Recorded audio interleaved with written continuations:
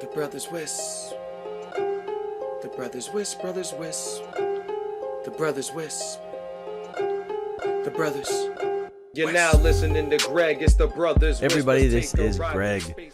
However, this is not the Brothers Wisp. This is one of my middle of the road episodes. So I'm going to start recording a few of these, perhaps. Depends on feedback. If you guys enjoy them, then I will keep recording them. If not, I will switch to something else.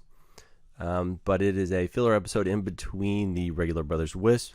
I'm not sure if I'm going to end up doing it with just myself or with some additional people.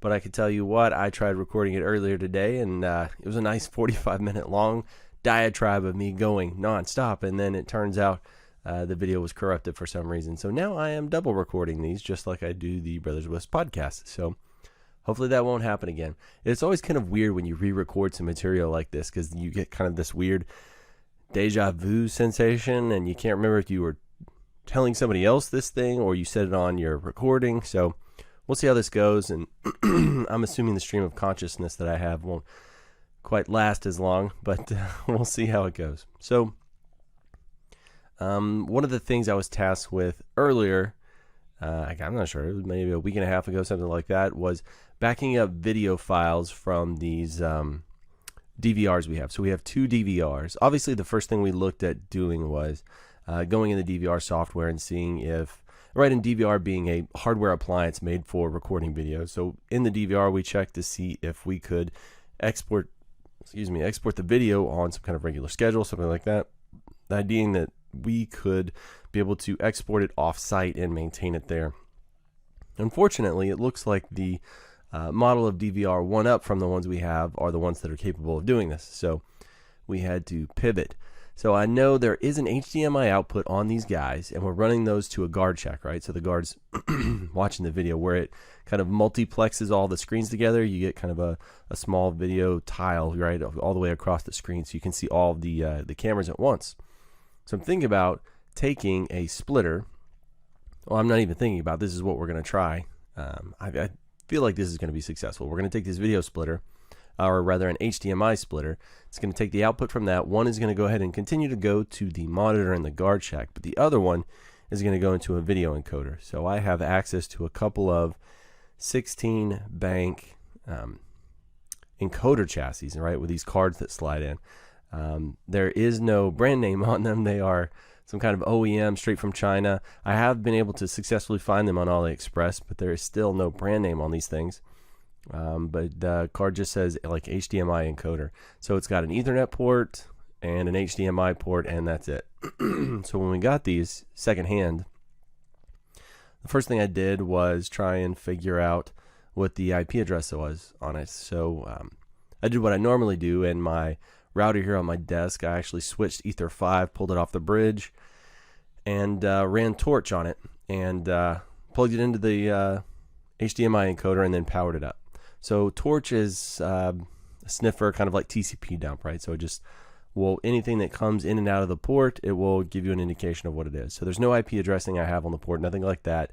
I just have Torch running. After about, 30 seconds, I saw a little bit of traffic come from 10.10.10, something like 116. So I put an IP address in that subnet, and then I was able to ping it, and then I was able to get to the web interface, so I knew I was good. I swapped to the next card in the chassis, and it was 115, and then 14, 13, 12, right? So I could easily tell what the IP address of the cards in the banks were. And so that's actually a good trick anytime I get a piece of unknown random hardware, which you'd be surprised how often you get kind of used random things, and you got to figure out how to get into them. That's a good way of doing it. So got the cards, and I actually had a couple of the cards prior to getting the bank, but they have a big kind of connector on the back, something like a 24-pin connector, and I had no idea what the power requirements were for these things, the pinout, none of that stuff. So I grabbed my multimeter, I started testing kind of the pins together, and on the right side on the back, the first four were kind of, not kind of, but they were absolutely pinned together, and then the next four were pinned together. And then kind of just looking at the silk screening on the board, it sort of looked like those two were the power and ground. Wasn't 100% on that, but it appeared to be as such. So I hooked my desktop power supply on there. It's a Dr. Meter that I got off. It's a HY 3003D DC power supply. It's really cool. You can basically get it from 0 volts all the way up to something like 32 or 36 volts just by turning it. And there's a fine grain control as well. It's actually got a pretty good current output on that guy too. So you can, power up some high current devices. They're pulling a lot of amps.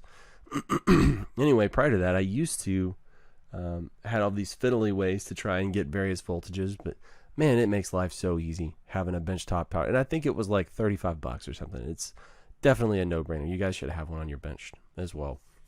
But I started by trying to figure out which one was positive, which one was negative. I figured I had it, so I clipped on my power supply, and I started with the lowest voltage I thought it could be, maybe 3.3 volts, right? Like some microcontrollers and stuff run at 3.3. So I did that, powered it up, nothing. So I then tweaked it up to 5 volts, powered it up, and sure enough, I got a link light. So I had guessed the polarity and the voltage correctly. I didn't release the magic smoke that actually makes everything run electronics-wise. So got those guys up. And so I didn't want to put a big giant chassis in, because I really just needed 2, because there's 2 physical DVRs. And then you got a third card for redundancy. And so I used one of these ABS enclosures online. It's like a 7.5 inch by 7.5 inch by like a 4 inch, maybe 3.5 inch, somewhere in there. I've used one of these before on another project, and it worked really well. It's actually got these plastic screws built into the lid, and it's got a little seal in there. Not that I need it to be waterproof, but having the screws built into the lid is really nice because you never lose them. So I went with a 3/8 inch drill bit, and I drilled a hole pattern all the way around just to give it some passive cooling. I know the big chassis had a little bit of fans, but I think that was for the power supplies. It didn't look like there were any fans really adjacent to the cards themselves, so I think this passive cooling is going to be all right. Again, it's just 2 cards. They're going to be in there. So while it's encoding, I know they heat up a bit, but there should be enough airflow, so kind of that convection system or whatever will keep them cool. Now, I said it was 5 volts, and it's not common to see a high current 5-volt power supply, because each one of these pulled about, at 5 volts, I think they're somewhere around 400 milliamps, somewhere in that neighborhood. So across the 3, it's 1.2 amps. Yeah, that's right. I can do math. So across the 3, if they were all going, even though they're not all going to really be pulling a lot of power because they're not going to be encoding. So even at 1.5 amps, that's still a pretty decent draw for 5 volts, and you don't really typically see any of those. So I have some buck converters, and whenever I buy components, I usually buy them in a lot, right? I get like 5 or 10 or something like that, just so I'll have extras for projects. In a pinch, I'll go on Amazon because I can get them on Prime. I'm going to pay a little bit more.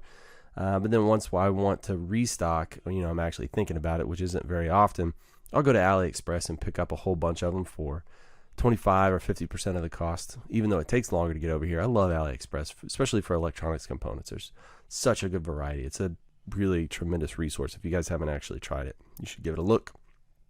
And the buck converter, the really good thing about that is, one is it does smoothing, right? So it has capacitors and stuff like that. But also, no matter what your input voltage is, it's going to regulate it down to the 5 volts. So I can put it on my bench power supply. There's a potentiometer with a little screw on top, and you'll tweak it down so that it's spitting out 5 volts, right? So what I do is I clip on my power supply, and then I use alligator clips and clip on my multimeter, so I can just tweak it without having to, try and have a whole bunch of extra arms. But then once you get it dialed into the right output voltage, I can take the knob on my power supply and I can tweak it up, I can tweak it down, and it always spits out a consistent 5 volts, right? So no matter what these knuckleheads use to power this thing, so even if my power supply gets lost that I include with it, or it dies, they can swap it out with virtually anything else and it's going to continue to function, right? I also use a barrel jack. So they make a bunch of those that have like screw terminals in the back or direct solder. I happen to have some of the screw terminal ones, so I just use that. I super glued it in, and then put a zip tie on the outside to hold it nice and tight so that belt and suspenders, right? And then cut out a slot, inserted the cards, screwed those in. Prior to doing that, I actually soldered on some leads directly to the not the outside of the connector, but on the inside where the lines go down and into the board. I soldered on leads for the power and ground wires.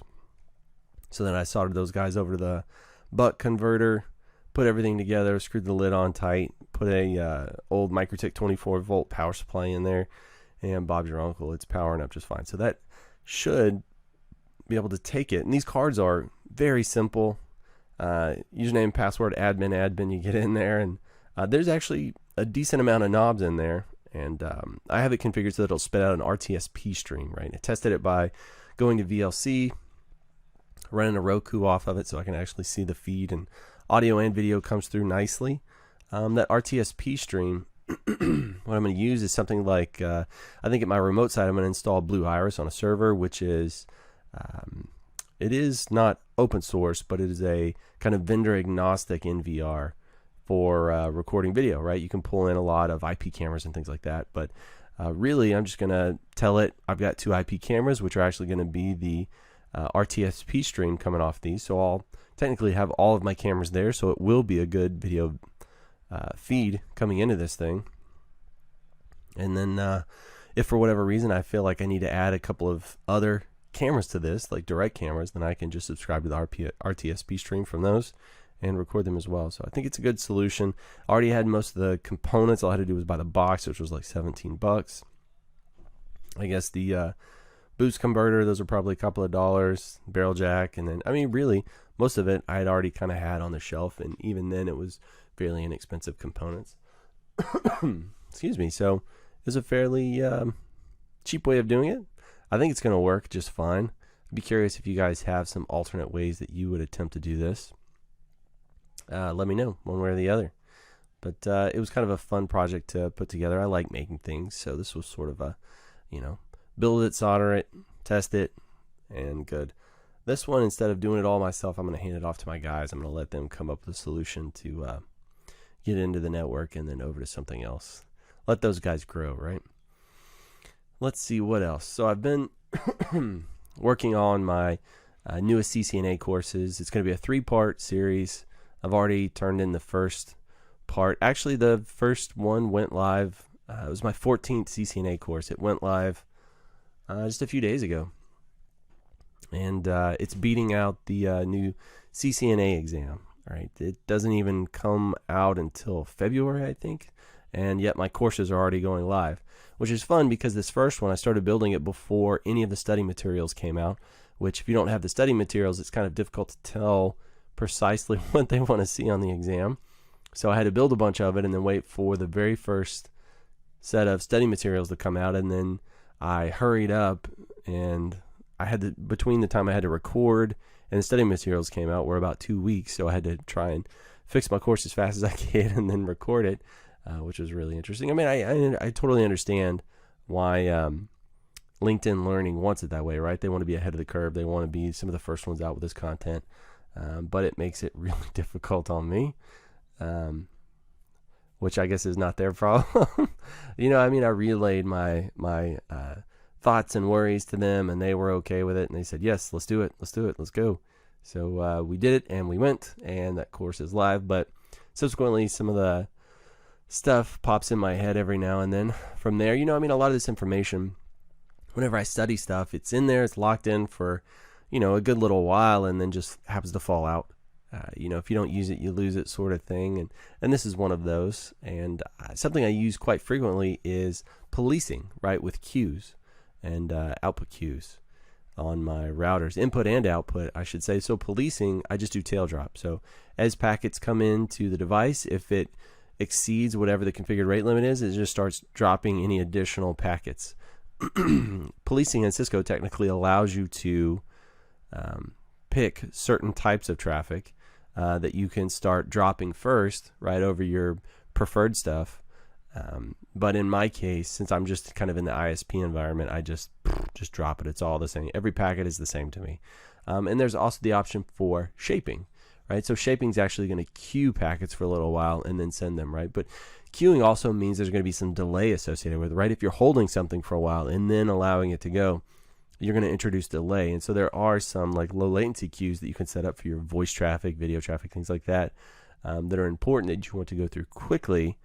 So it's also kind of a set of queues that also have prioritization. So you can pick which ones should be serviced first. So it's little tidbits like that that fall out of my head and then get reintroduced. And I guess as I do these things over and over, eventually more and more of it sticks. I have no idea. It feels like every time I do this, like all of it's new to me. Somehow I've forgotten everything. Not everything. I remember the Cliff's Notes version. It's all the details in between that seem to fall out. Oh man, what else happened? I think it was last week, late last week. This has been a busy couple of weeks. This is going to be a busy month for me. We went to the company Christmas party, and there was this interesting juxtaposition I saw. It's kind of old people versus young people. That's how I put it in my notes. And I guess that's really what it boils down to. So, in essence, it's the executive team versus the kind of network operations and operations guys in general that they seem to segregate, right? There's a clear divide between the two.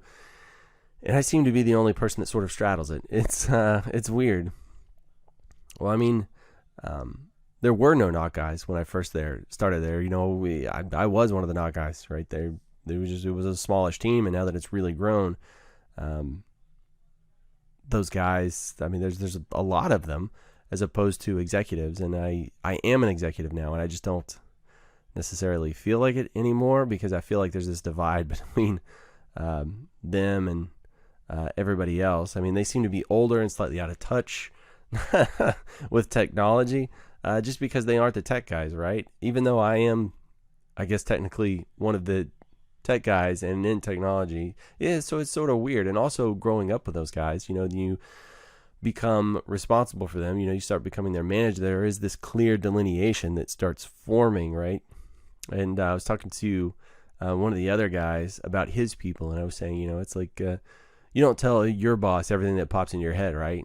And he goes, no. And I said, well, you don't expect your employees to do the same to you either. And he goes, oh, I guess not, right? And that's the idea, is that now that I am separate from these folks, you know, there start to be less they're going to tell me. And also, you know, I'm sure they're going to sit around and complain about me, you know, around the water cooler, as people do, you know, about management. They're just nature of the beast. So I was just thinking how that's kind of funny, but I do kind of bridge the gap, so I can go and I can talk to those guys and, you know, interact because we've worked together so long, and then I can go and I can talk with the executive teams and be that guy, kind of code switch back and forth between the two. But you don't really see it the other way around. You don't really see any of the tech guys go and talk to the execs. You don't really see any of the execs go and talk to the youngs. Well, I mean, you do see a few of the higher ups attempt to ingratiate themselves with the younger folks, but it doesn't exactly work, right? It's a whole lot of small talk, and I despise small talk, to be honest with you. I like big talk. I like switching into big talk pretty quick. And people that don't really have much beyond the surface level, I kind of get bored quick. And I think the largest sin in life, the only thing to me that's unforgivable, is for people to be boring. I like them to be interesting. Oh, man. So what else happened? Last weekend, well, I've had several pickleball tournaments. I'm sure you guys are terribly fascinated by pickleball. And yes, it is an old people sport, but damn it, I am an old people. So it works just fine. But in this last one, so in the previous one, I actually got, what did we get? We got bronze in mixed doubles, right? So I only ever played doubles, and it was mixed doubles. So it was me and a female partner, and we got bronze in that. And I had just run out of energy. I had just crashed because I hadn't been eating, right? I mean, it's like you're going all day. So I remedied it in this last tournament last weekend, or was it not because this is the weekend, so it was the previous weekend. I remedied it I found this like energy gel that had some caffeine in there, and I never do caffeine, so a little goes a long way for me. So I was eating a little bit of that while I was making sure to eat enough food, and so energy wasn't the issue. But towards the end, I started cramping. It started in my toes. They were like curling up on me. It was getting crazy, and then it kind of made its way up to my calves. And I went up for a smash one time, and then I left calf locked in the middle of the air. When I landed, it was hard as a rock. It was pretty amusing. We called timeout. You don't get much time, but somehow somebody found some pickle juice for me, and this stuff called pickle potion, which comes in looks like a flask, and it's like pickle juice, and it's all disgusting. I don't want to drink pickle juice. That's awful. But I somehow, between that and like massaging my calf and like constantly moving them, I kind of muddled my way through there. We ended up getting fourth by a hair's width, almost made it in a bronze medal match. And this tournament was significantly larger, so this fourth place as opposed to the third in the other one was a much bigger much bigger accomplishment. But it was a very near thing. But leg cramps, yeah. So I'm gonna have to pregame. I have to pregame to prevent those leg cramps in that one. So what's another thing that's happened recently? See, so this stuff is random and strange.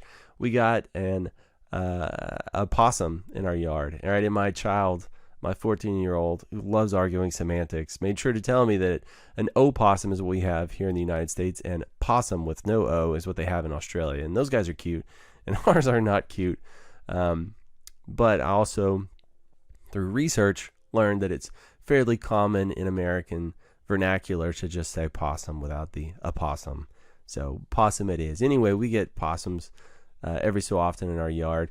And this one, I had to admire his commitment to the bit. He was playing dead. I haven't seen one really play dead in a long time. Usually they're hissing, at our dogs and such. And this guy, we have this big, long fishing net. So what I do is I scoop him up, and he is committing to the bit. And I'm looking at him, and his eyes are open. And he's blinking, but he's not moving. And, I'm commending him the whole time. Like, good on you, bud. Don't break character. He's like a mascot at Disney World. You can't take the mask off even if you're about to pass out. So I carry him all the way to the woods in this thing, and I dump him, and he blops on the ground, and he maintains his composure and stillness. And subsequently, he was gone the next day. So I knew it was just playing possum. But I was thinking how fun it was to commit to the bit. So back to something technical. And we had one of our carriers, we had Telia go down for about 45 minutes the other day, which isn't significantly long. And their peer, so BGP, whenever you create a connection to another device, it's called your peer. And in that peering, you can actually hand information. And so their router sent me a message that basically says, we're shutting the session down. So they shut the session down, and it was down for 45 minutes. And of course, instantly you put in a ticket and you wait 5 minutes. If they don't respond, you have one of your guys call. If you have to get stuck in that call rotation, that sucks. But anyway, they subsequently replied back and said that everybody on that peering router up in Dallas had lost their session. They were investigating. At the end of the 45 minutes, we saw it come up. Well, subsequent to that, I put in some probation, or some probation was put in. In essence, what we do is we prepend a whole bunch to that carrier, any of the addressing we're sending out, and then we drop all routes except for the default route coming in, right? So technically, they are still usable. They're going to look so far away that no traffic's going to come in there. And I'm not going to send anything out because I've got better path through all these other upstreams giving me full routes. But if all else fails, it's still there and it will still be used. So after I had that put in place on my ASR 9000s, my border routers, I did a show BGP, the IP address of the neighbor, and then advertised routes, which is pretty common, right? Just what am I sending out there? Just making sure that my probation stuff was working as expected, which I'm somewhat paranoid, so I check that stuff even though I know it's working. And it actually showed me all of the prepended paths on the routes that we're sending, which was a surprise to me because I was accustomed to doing that with Catalyst series like 6500s and 7600s. And whenever you're doing prepending and you're doing it outbound and you look at the peers, what you're advertising to them, you don't see any of that. For whatever reason, it's not a bug. It's just the way the Cat iOS stuff works. It doesn't actually expose any of that to you. So the iOS XR does show that to you. And I have been so impressed by the iOS XR code time after time, this being one of them, right? So now I can actually see what's happening to the advertisements going out. I can see the manipulation. That's tremendous. The commit command, I love that. Type commit and it'll actually apply instead of instantly applying configurations. As opposed to regular iOS. As soon as you put something in iOS, it's active. Whereas this, you can put in several commands, then say commit, and it commits them. Or you can commit with kind of a rollback feature of, I commit it, but if there's no interaction from the console after X number of seconds, then roll it back.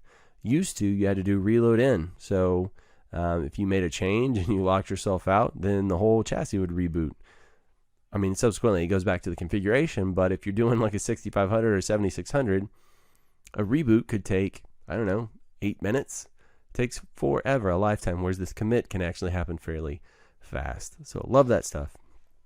Anyway, at the end of this whole thing, the 45-minute, in their in their email notification to us, they said there was a permanent fix and that there shouldn't be any further issues. Permanent fix. And I was thinking about it.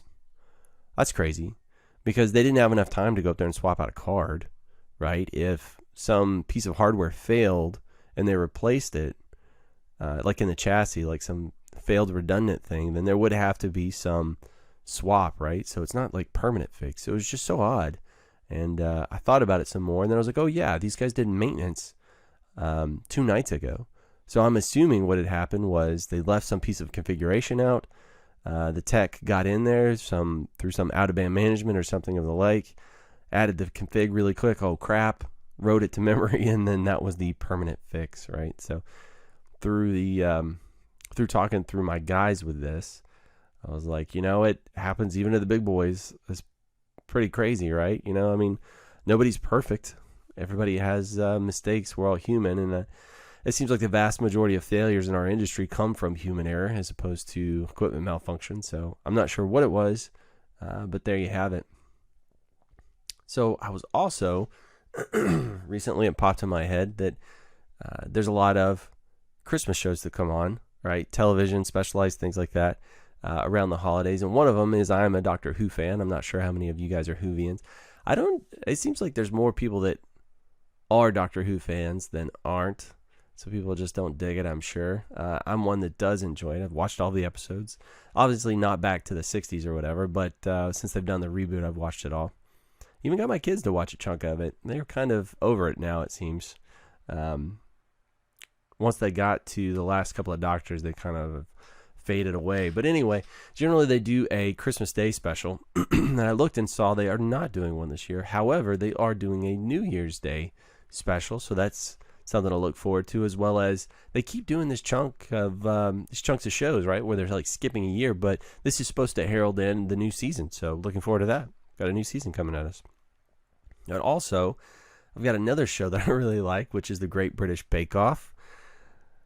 Which, I don't know, maybe it's odd that a man my age is so enamored by the Great British Bake Off, but I am, and I'm unabashed. I love it. And they have a Christmas Day special where they bring back past bakers from other episodes, rather random seasons, and smack them all together in the tent and have a little episode. And I love it, and it's charming, like always. And then they are also having a New Year's Day one. Similar format, only they are pulling the cast from Dairy Girls, which is it's a show about these kids. They're kind of like high school age kids, and it's set in like the 80s in Ireland somewhere. So you kind of go through some of the weird turmoil that they're having at that time. And I think the first season for me was probably the best. I really enjoyed it. I tried to get Tom Smith to watch it. I think he subsequently watched a couple of episodes at least, and I think he thought it was funny. It is a very funny show. But anyway, they've got like 6 of the kids, or maybe 5 of the kids and one of the adults from that show, and they're going to be on there baking some stuff. So you should check it out. I wonder, there's got to be some other really good specialized stuff. You guys let me know what you're really into. All right, you can't talk about Christmas or holidays and media without talking about your favorite Christmas movie. So obviously I've already watched Die Hard. That's my number one favorite Christmas movie. Come at me. Lethal Weapon, I haven't watched that yet. That is obviously a Christmas movie. The movie begins with Jingle Bell Rock. There is a shootout / fight scene in a Christmas tree lot, right? So it's definitely set at the holidays. I think even the final scene happens like on Christmas Eve or something like that. I don't know. I can't remember. It's very close to that. It's a Christmas movie. Right. We've also already watched Home Alone, and we enjoy watching that every year with the kids. My kids are 14 and 11, so they're not as much kids as they used to be, but they still enjoy the show.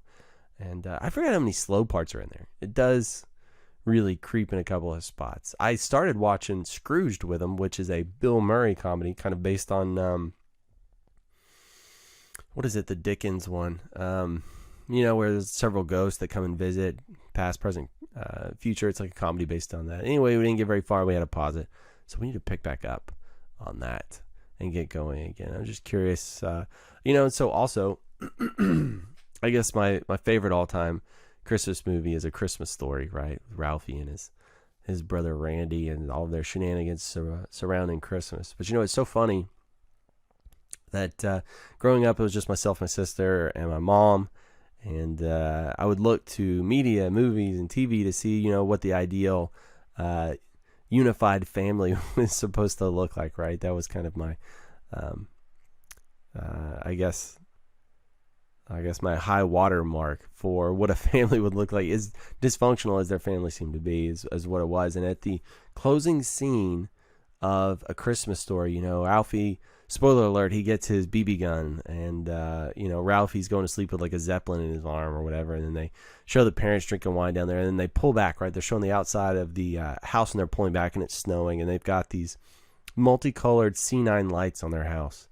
And so that scene right there always stuck with me. So when I got my very first house, that's exactly what we put up. We put up the multicolored C9 lights. And subsequently, every year since then, I've always put up the multicolored C9 lights. And I don't know, it makes me feel good, because it's me living that kind of image of what the perfect Christmas house and family, what kind of looks like from the outside. Even though it's chaos on the inside, it's got that look on the outside. I don't use real bulbs anymore. I do the LED stuff. I like that better. It seems to last so much longer. We don't break a bunch of bulbs every year that way. But it's still the C9, still the size and the color, and it still gives me that feeling. So that's my Christmas movie stuff. Let's see, what else did we do this weekend? We went, and this was in honor of you guys that had come down to the Austin Mum. My crew and I, so that's my wife and my oldest, we went to Gus's Chicken in Austin. I poured a little bit of Gus's out for my homies that weren't there to join me, and then we went to Master Pancake Theater. We went and saw their Christmas special, which is hilarious. It's this weird mashup of all these different Christmas episodes. But Master Pancake, for those that didn't get to come to Austin, it's like Mystery Science Theater 3000, but it's live, and it's very foul humored. There's no family-friendly jokes associated with this one. And it's at the Alamo Draft House on 6th Street, which is like a big, long street full of bars. But it's got this movie theater, and you can eat and drink, and they have good food, great refreshments. It's a lot of fun. So we had a lot of fun in your honor, guys. Hopefully we can get you all down to do it again. Hopefully the next Mum, we can find some really fun shenanigans as well. Looking forward to it. Let me think. Do I know anything else? I actually kept this one down like 10 extra minutes. I'm not sure what I cut out on this one, but I cut out something. So I'm just curious. Does this work for you guys? You find this interesting in any way? Just kind of a weird regurgitation of some of the stuff that happened to me during the week. Some of them are thoughts. I'm not sure. Let me know if you want to hear something different, if you want something completely different, if you think this is okay, you enjoy this format. Do you think I should do this with some people? Should I get like one other person on here? I don't want to turn it into another Brothers Wisp, because it's so hard to organize that many people. I really want it to be more of kind of conversation, which I don't know if anybody's interested in that or not. But I know maybe I can drag Nick or Alano in here. We used to talk once a week. We'd catch up, but Joker's been so busy. He's in high demand, obviously, because he's so talented. But maybe I could grab him on for the next one or something like that, and be our excuse to catch back up. I don't know. We'll see. You guys, let me know what you think. Again, question, comments, greg@gregsoul.com. You can go over to Brothers Wisp. You can support us at patreon.com/The Brothers Wisp. Every little bit helps. It helps us get to the shows, helps us buy equipment, helps us do this stuff. Thank you guys for listening. Up the web in neighborhoods, net surfing. We got horrible jokes, we're loud and annoying, but we're informative facts, we're not disappointing. Just give us a listen, cause fun is the mission. I'm telling you, you don't know what you are missing. Ideas and some good comedy given. If you missed the show already, don't worry, you're forgiven.